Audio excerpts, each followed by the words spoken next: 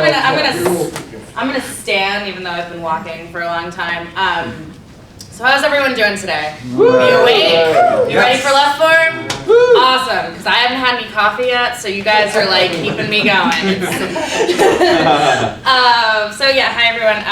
My name is Senowa, and I live in Burlington, Vermont. And as you can tell from my introduction, I have a really hard time making up my mind about what to do. When I jumped into activism, I was like, I want to do everything, all the things. I want to do racial justice, I want to do climate justice, I want to do food justice. And then I realized that everything, all of this is connected. It's all intersectional. And I'm gonna say something that's probably going to be a little unpopular. I've been looking around this room, I've been looking around. Trump. Yeah. I am not voting Trump. I look at this panel, I look at this room, and I'm thinking, this is not representative of the climate justice movement. This is not representative of what frontline communities are. And I'm sorry, or hashtag sorry, not sorry, as we young people like to say, or something. And you know, I'm gonna give you a little bit kind of where I come from. I went to the University of Vermont from 2008 to 2012, and I studied natural resources planning at the Rubenstein School of Environment and Natural Resources, which was hailed as one of the best environmental schools in the country. It's still hailed as that. And I learned about establishment green politics, establishment liberalism, carbon, capture and storage. I learned like natural gas was a great energy alternative. Let's learn that like nuclear energy was clean energy, and as long as we were building solar panels, like we're gonna be okay. It's gonna be great. And this started eventually not really making sense to me. I thought, well, wait a minute, if we have so many solar panels and we're boosting, all about this renewable energy, why are we still using carbon? Why are we still relying on fossil fuels? And the answer didn't come to me until maybe a couple of years ago. Capitalism. And, the fact that we're building windmills and the fact that we're building solar panels and we're boosting, look how much productivity we have, look how many jobs we're creating, and we're building all these solar panels and windmills, and most of our renewable energy in Vermont comes from Hydro-Quebec, which is a big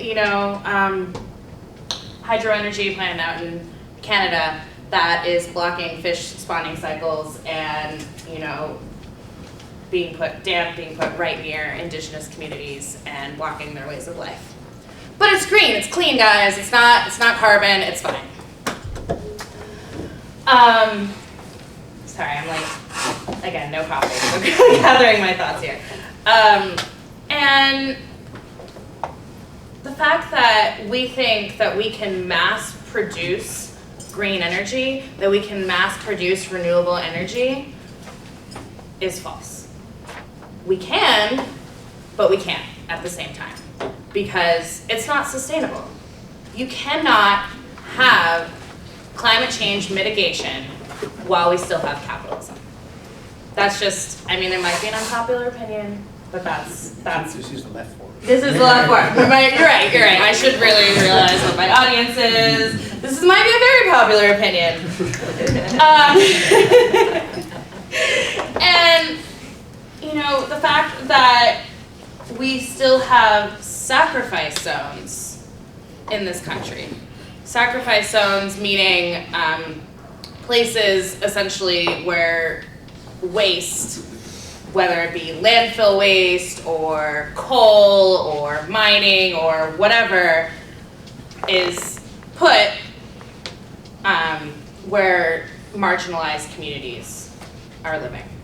The fact that we still have that and we're boosting about how many solar panels we're producing and how many windmills we're producing is abominable to me.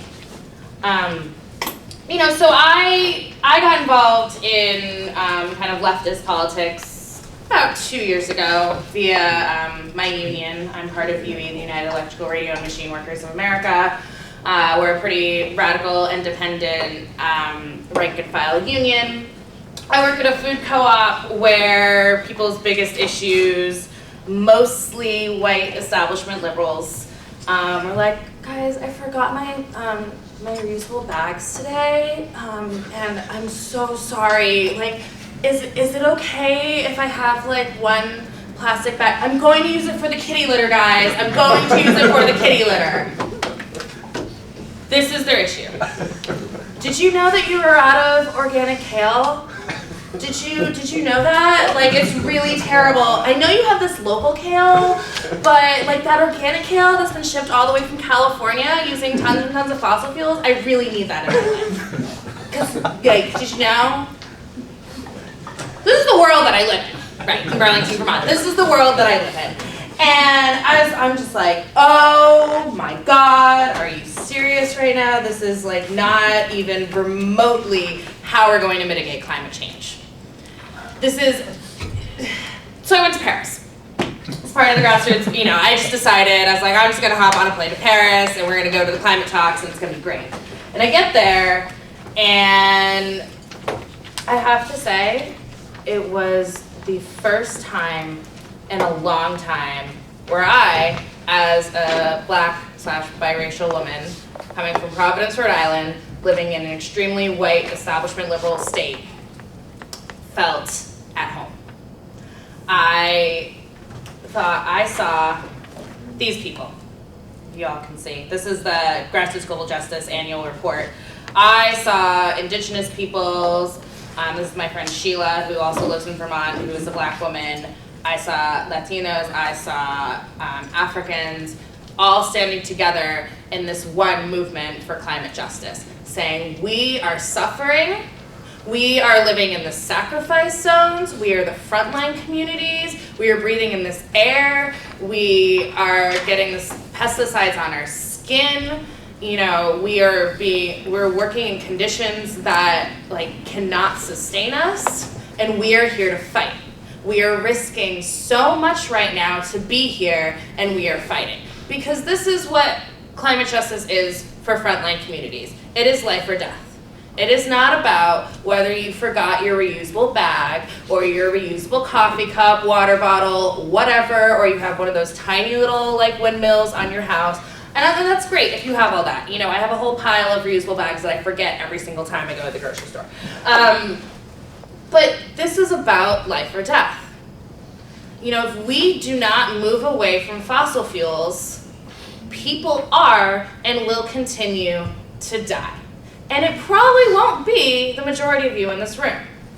That's just a fact. Probably won't be the majority of you in this room. So what are we doing as allies, or as people who are directly involved with frontline communities, to mitigate climate change? And, we're doing a lot of mobilizing, which is great. I went to Albany, I went to the Break Free Action, and, we sat on the train tracks. But, kind of like my comrade was saying about Germany, they let us sit on the train tracks. I was like, there are no trains here. Why are there no trains here? They knew about the action. They moved the trains off the tracks, and they allowed us to occupy it. So, no real consequences to them. They were like, we've prepared for this, that's great. That's not enough. In Paris, the D12 action, the red lines, thousands and thousands of people, close to 30,000 people marching in the streets, was amazing. But again, we got the permits, we shut down the city, it was great, and then everyone kind of went back to business as usual. People are still dying. So what are we doing? We can't just be mobilizing. We need to be organizing. We need to be doing deeply rooted, base building organizing. That is not just about sign this petition, come out to the streets, do whatever. Because that's all well and good, and that does show that we are strong, but what really shows people on the front lines that we are resilient, is getting out there and changing history, changing policies, changing a two-party political system that is clearly not working for us, changing a capitalist system that doesn't account for externalities to the environment, doesn't account for Black lives, for brown lives, for people living in the sacrifice zones who probably couldn't get off work from their second or third job to come here today. And that's just a fact. So how are we getting into these communities and really talking to them and bringing them forward in a way that also recognizes their time constraints and their monetary constraints? And I don't necessarily have all of those answers. And I mess up time and time again. You know, I do identify as a Black woman, but I still have a lot of privilege, and I recognize that. And, you know, so when I try to go and talk to people, so hey, like come to this rally, and then we're gonna like have like 5 organizing meetings, and then like 10 conference calls, and then like a convention after that. We're gonna do all of that. They're like, yo, Senowa, I got 2 kids, and I work the night shift at this restaurant. I can't come to all of this stuff. So what I've started learning to do is going to people's houses and being like, listen, do you have 10 minutes? Do you have 10 minutes to talk about, you know, how you're living next to train tracks that are carrying bomb trains that are polluting the air that your kids are breathing? And the answer has usually been yes. And in Albany, what I saw, and I know I'm probably really close to, you know, 6 seconds. Oh, great, okay. Really quick. I'm gonna end with Albany. It's gonna be great. 6 seconds. So we're gonna go a little bit over that. 6 seconds to 12 minutes, and you've got to go. Okay, sorry, okay. So, you know, there are these low-income housing projects called Ezra Prentice in Albany, where mostly marginalized communities, mostly Black and brown people lived. And it was incredible. They have been organized for years by other Black and brown folks who are doing climate justice work. And because I really believe in peer-based organizing. I think that is incredibly effective. And there's this like 90-year-old woman in a wheelchair who's the president of the Tenants Association. And she's living in this housing association that is literally right next to the tracks, right next to the trains that they can hear going in and day out. And I got to follow around a videographer all day, so we were doing interviews, and she goes, I am sick and tired of this shit. And this like little woman is like, we need to see some changes.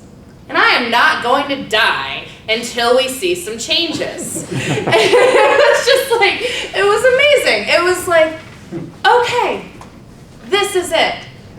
Because this is someone who has been living here for most of her life and watching kids grow up and get sick and have like exacerbated rates of like asthma and cancer and obesity, and she's still here and she's still fighting, and she's putting her life on the line every day to do this. That is what that's about. And I realized I didn't really get to talk a lot about Paris, which Brian probably wanted me to talk about, but I got on a roll. So thank you.